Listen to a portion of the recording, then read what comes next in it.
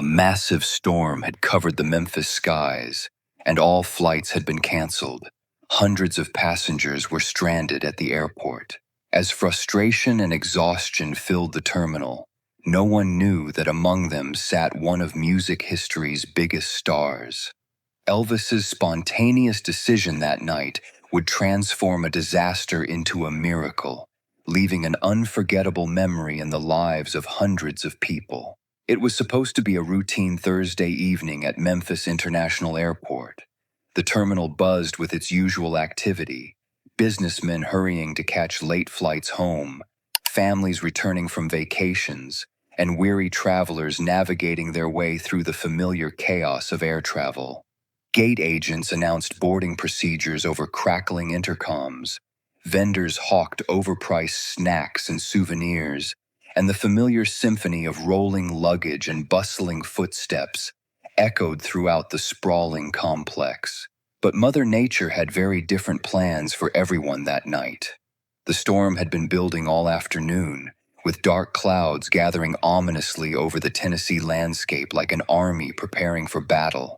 Weather reports had been tracking the system for days, describing it as a significant weather event, but meteorologists hadn't predicted the sheer intensity of what was about to hit Memphis.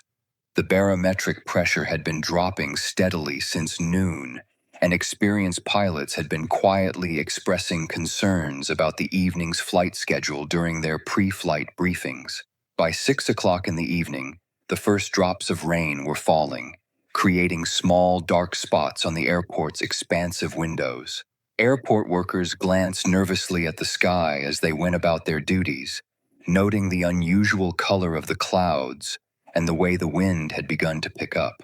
By 7, those innocent drops had become a torrential downpour that hammered against the terminal's roof with increasing intensity, and by 8 o'clock, the storm had evolved into something truly spectacular and dangerous.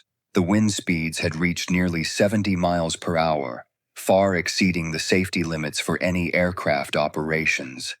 Lightning struck with frightening frequency, illuminating the airport's runways in stark, white flashes that revealed the true power of the storm. Ground crews had long since taken shelter, leaving the tarmac empty except for aircraft that rocked ominously in the powerful gusts. Lightning illuminated the sky in brilliant, jagged streaks that seemed to crack the heavens open. Thunder rolled across the landscape with such force that it shook the airport's massive windows. The wind howled with an almost supernatural intensity, bending trees nearly horizontal and sending debris flying across the runways. It was the kind of storm that reminded everyone just how small and powerless humans could be in the face of nature's fury. Inside the airport terminal, the atmosphere shifted from routine travel stress to growing concern as flight after flight appeared on the departure boards with the dreaded word, "canceled." The storm was simply too dangerous for any aircraft to safely take off or land. What had started as minor delays quickly escalated into a complete shutdown of all airport operations. Airport staff moved efficiently through the terminal, making announcements over the public address system every few minutes with increasing urgency. Ladies and gentlemen, due to severe weather conditions, all flights are currently suspended. We apologize for the inconvenience and will resume operations as soon as it is safe to do so.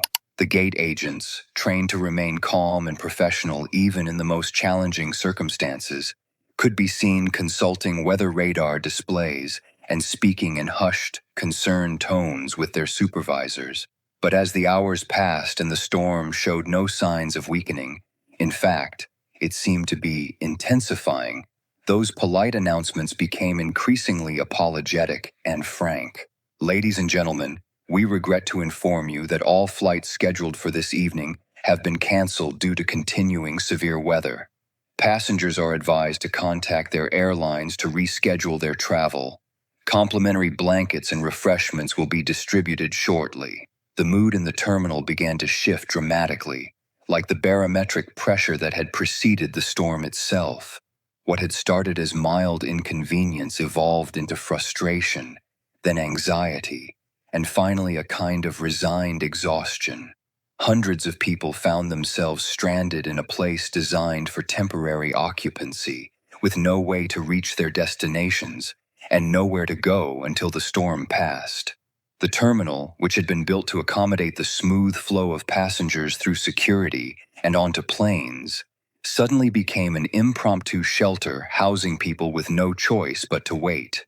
The mood in the terminal began to shift dramatically. What had started as mild inconvenience evolved into frustration, then anxiety, and finally resignation. Hundreds of people found themselves stranded, with no way to reach their destinations and nowhere to go until the storm passed. Families with young children struggled to keep their little ones entertained and comfortable as the evening stretched on. Business travelers paced the terminal, frantically making phone calls to explain why they wouldn't make it to important meetings the next morning. Elderly passengers sat in uncomfortable airport chairs, trying to rest while worrying about missed connections and disrupted plans. The terminal's restaurants and shops stayed open longer than usual, but even they eventually began to close as it became clear that this was no ordinary delay. Janitors worked overtime to keep the facilities clean as more and more people settled in for what was clearly going to be a very long night. Among the stranded passengers, sitting quietly in a corner of the terminal and drawing very little attention to himself, was Elvis Presley. He had been scheduled to fly to Los Angeles for a recording session the next morning, an important session that would help complete his latest album. The studio time had been booked months in advance, and several other musicians had coordinated their schedules around this session. But like everyone else in the terminal, he found himself at the mercy of forces beyond anyone's control. Wearing a simple black leather jacket, dark sunglasses, and a baseball cap pulled low over his distinctive features, Elvis had managed to avoid recognition so far. He carried only a small overnight bag and had been reading a paperback novel to pass the time, occasionally glancing up to observe the growing chaos around him. His manager had already been contacted about the delay, and arrangements were being made to reschedule the recording session, but Elvis knew that such changes caused ripple effects throughout the music industry.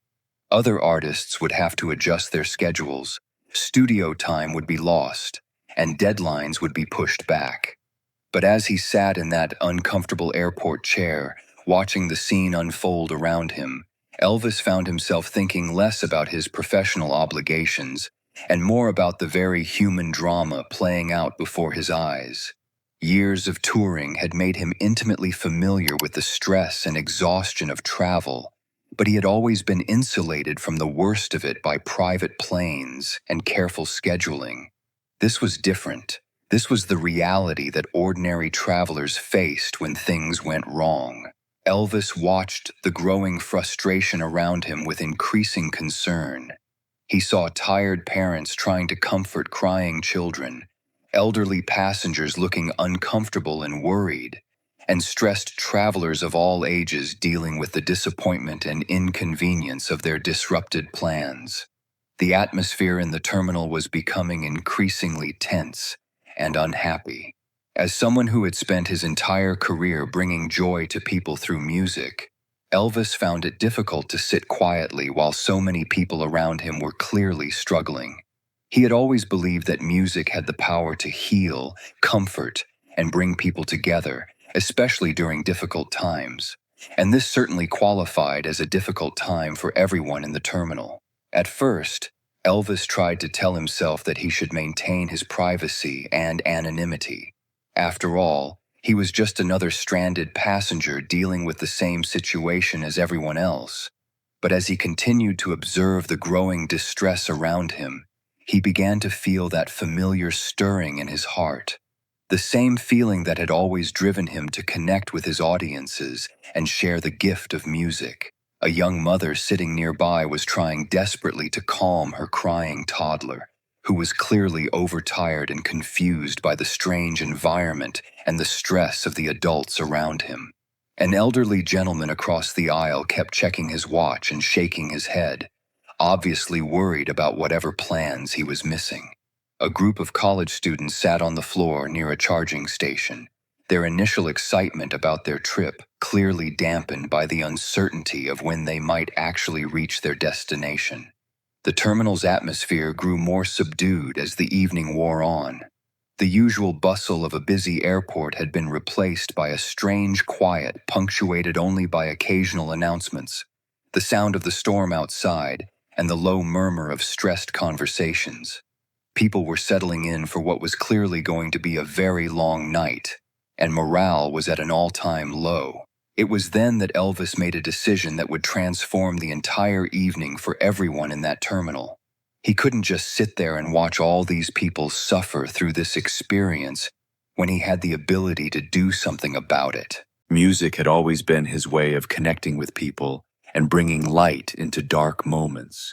And this seemed like exactly the kind of moment that called for some light. Elvis quietly stood up from his seat and walked over to the terminal's central area, where there was a small space near the gate waiting areas that could serve as an impromptu stage. He removed his sunglasses and cleared his throat, but the first few times he tried to get people's attention, the ambient noise of the terminal and the sound of the storm outside drowned out his voice. Finally, he approached one of the airport staff members and explained who he was and what he wanted to do. The staff member's eyes widened in recognition and disbelief, but after a moment of shock, he quickly agreed to help. Within minutes, the airport's public address system crackled to life with an announcement that would change everything. Ladies and gentlemen, we have a very special surprise this evening. To help pass the time during this weather delay, we have a volunteer who would like to perform for you. Please gather around Gate Area C for what promises to be a very special performance. Most passengers initially ignored the announcement, assuming it was just another routine airport message, or perhaps a local musician trying to make the best of a bad situation. But as word began to spread through the terminal about who the volunteer actually was, people started to take notice. "Did someone say Elvis Presley is here?" a woman asked her husband incredulously. "That can't be right," replied a businessman, looking up from his laptop for the first time in hours. But as people began to gather around the gate area, they could see for themselves that it was indeed Elvis Presley standing there, looking slightly nervous but determined. The murmur of recognition spread through the crowd like wildfire, and within minutes, hundreds of people had gathered around the impromptu performance area. Elvis smiled that famous warm smile that had charmed millions of people around the world and spoke into the microphone that had been quickly set up. "Well, folks, looks like Mother Nature has other plans for all of us tonight. Since we're all stuck here together, I thought maybe we could make the best of it and have a little fun." The crowd's response was immediate and electric. Cheers erupted from people who just minutes before had been frustrated and exhausted. Children who had been crying suddenly stopped and stared in wonder at the famous figure before them. Adults who had been worrying about missed appointments and disrupted plans found themselves smiling for the first time all evening. "Now, I don't have my usual band with me," Elvis continued with a grin, "and this certainly isn't the fanciest venue I've ever played. But sometimes the best music happens in the most unexpected places, with the most unexpected audiences." Without any instrumental accompaniment, Elvis began to sing "Love Me Tender" a cappella. His rich, distinctive voice filled the terminal, seeming to absorb all the stress and tension that had been building throughout the evening and replace it with something beautiful and peaceful. The effect was immediate and profound. People stopped what they were doing and turned their full attention to the performance. Parents held their children closer, couples reached for each other's hands, and even the most hardened business travelers found themselves moved by the simple beauty of the moment. As Elvis continued with "Can't Help Falling in Love," people began to sing along softly. The terminal, which had been filled with the sounds of stress and frustration just minutes before, was now resonating with the gentle harmony of hundreds of voices joining together in song. Between songs, Elvis chatted easily with his audience, asking where people were traveling to and sharing stories about his own experiences with delayed flights and travel mishaps. His natural charisma and genuine warmth helped create an atmosphere of community and connection among people who had been strangers just hours before. "You know," Elvis said, "I've played some pretty fancy venues in my time, big concert halls, sold-out arenas, television studios, but I've got to say, this might be one of my favorite audiences ever. There's something special about people coming together when things don't go according to plan." He continued his impromptu concert with Hound Dog, encouraging the audience to clap along and join in on the chorus. The energy in the terminal transformed completely as people laughed, sang, and forgot about their travel troubles for a while. Children danced in the aisles, teenagers recorded the once-in-a-lifetime moment on their phones, and adults found themselves swept up in the joy and spontaneity of the experience. Elvis performed for over an hour, mixing his greatest hits with some lesser-known songs and even taking a few requests from the audience. He sang Jailhouse Rock with such energy that people couldn't help but move to the rhythm, despite being in an airport terminal. He delivered Blue Suede Shoes with his characteristic charm and swagger, making everyone feel like they were at an exclusive private concert. But perhaps the most moving moment came when Elvis noticed an elderly woman sitting alone near the edge of the crowd, tears streaming down her face. He stopped mid-song and walked over to her, kneeling down beside her chair. "What's wrong, darling?" he asked gently, his voice full of genuine concern. The woman, whose name was Margaret, explained through her tears that she had been traveling to see her son, who was in the hospital after a serious accident. The flight delay meant she wouldn't be able to see him until the next day, and she was worried about missing precious time with him during his recovery. Without hesitation, Elvis took her hand and said, "Well, Margaret, I can't control the weather, but I can sing you a song that might help ease your worry a little bit." He began to sing, "He's Got the Whole World in His Hands," and soon the entire terminal had joined in, creating a moment of comfort and support for a stranger who had become part of their unexpected family for the evening. As the impromptu concert continued, something beautiful began to happen throughout the terminal. People who had been frustrated and isolated began to talk to each other, sharing stories about their travels and their lives. Children who had been cranky and difficult became fascinated by the music and the excitement around them. Business travelers put away their phones and laptops and simply enjoyed being present in the moment.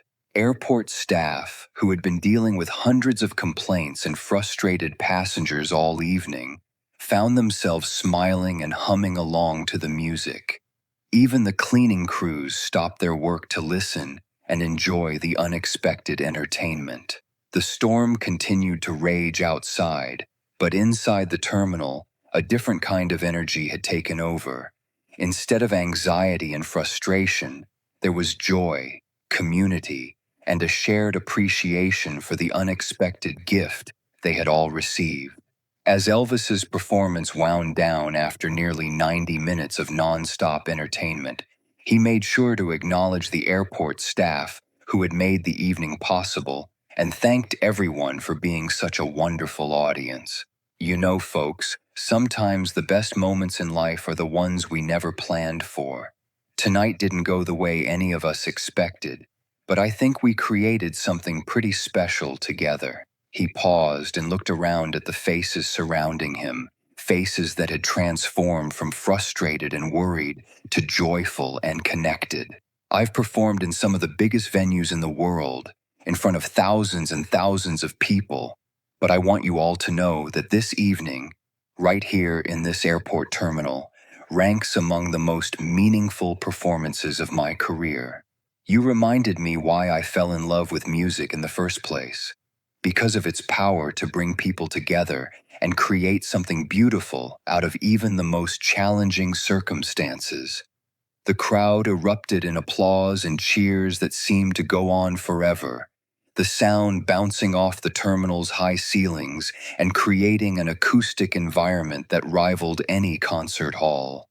People called out thanks and praise, and many approached Elvis to shake his hand or get a quick photo. He graciously accommodated as many requests as he could, staying true to his reputation for being genuinely caring and accessible to his fans, never seeming rushed or eager to escape despite the crowd pressing around him. A young father approached with his 2 children, a boy of about 6 and a girl who couldn't have been more than 4. "Mr. Presley," he said, "my kids will never believe this happened unless I can prove it to them. Would you mind?" Elvis immediately knelt down to the children's level and spent several minutes talking with them, asking their names and ages and even teaching the little boy a few bars of Hound Dog.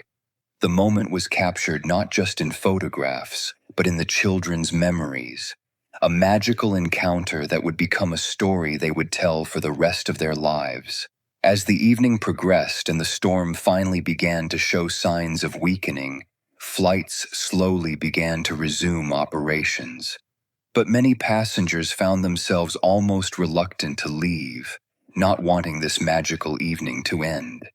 They had arrived at the airport as individual travelers with separate destinations and concerns, but they were leaving as part of a shared experience that none of them would ever forget.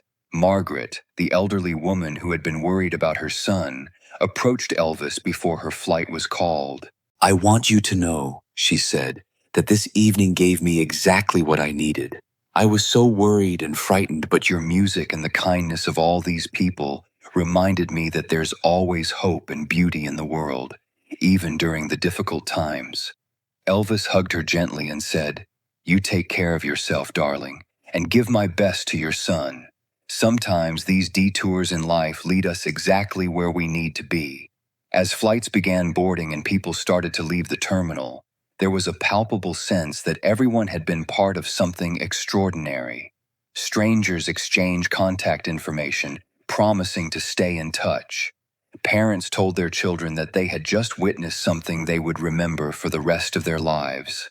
Business travelers found themselves thinking less about the meetings they had missed and more about the unexpected joy they had experienced.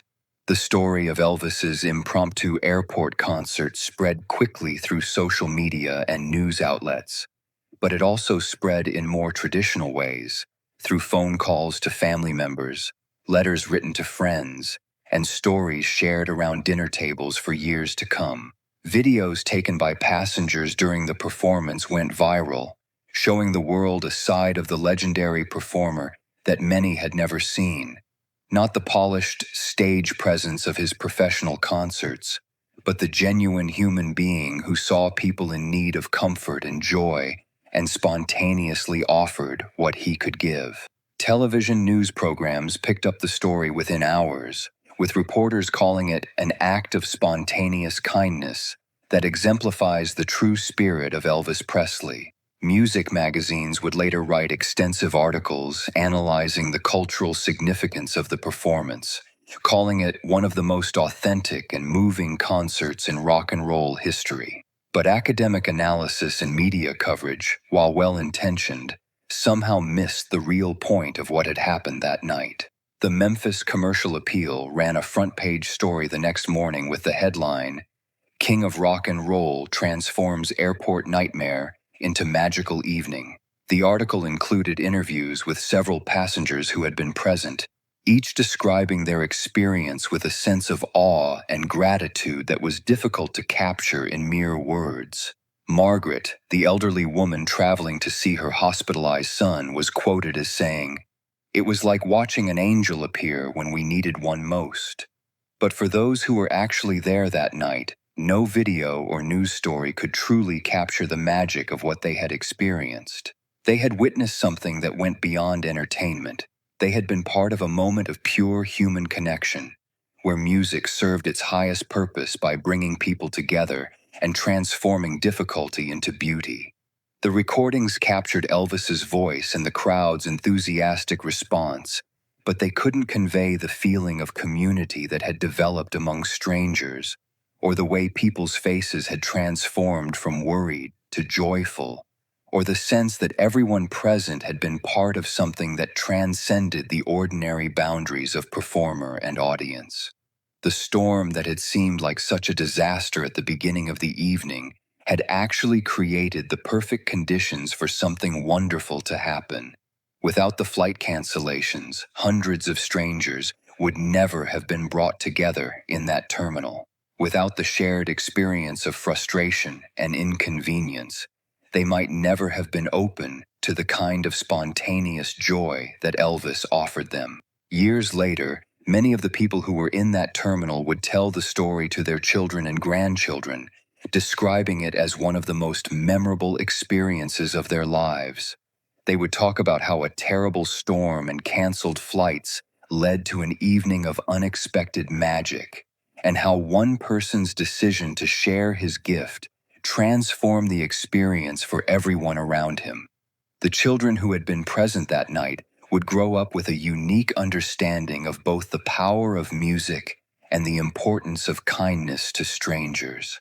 Some of those passengers would go on to pursue music themselves, inspired by what they had witnessed. Others would simply carry with them a deeper appreciation for the unexpected moments of beauty that life can offer. A few would even seek each other out years later, reconnecting through social media and forming lasting friendships based on their shared experience of that extraordinary evening. Margaret, the elderly woman who had been so worried about her son, would later write a letter to Elvis thanking him for giving her exactly what she needed during one of the most difficult times in her life. Her son made a full recovery, and she would often tell people that the strength and hope she gained from that evening helped carry her through the challenging months of his rehabilitation. She kept a photograph from that night on her mantelpiece for the rest of her life, a reminder that kindness and beauty can appear in the most unexpected places and at the most needed times. The Memphis airport eventually returned to normal operations, and life went on as usual for the thousands of people who passed through its gates every day. But there was a small addition to the terminal that commemorated that special evening, a modest plaque near Gate C7 that simply read, "Music has the power to turn the ordinary into the extraordinary, in memory of an unforgettable evening when community was born from chaos." Airport staff would occasionally find people taking photographs near the plaque, and some would ask about its significance. Those who knew the story would smile and share what they could remember, keeping the spirit of that evening alive for new generations of travelers. Elvis's spontaneous decision to perform that night exemplified everything that made him not just a great entertainer, but a truly special human being. He could have easily kept to himself, maintained his privacy, and waited out the storm like any other passenger. Instead, he chose to use his gift to transform a difficult situation into something beautiful, proving once again that the best moments in life often come from the most unexpected circumstances. The airport storm concert became legendary among Elvis fans and music lovers, but its real significance lay in what it represented about the power of human kindness and the ability of music to transcend any barrier and bring people together in their common humanity.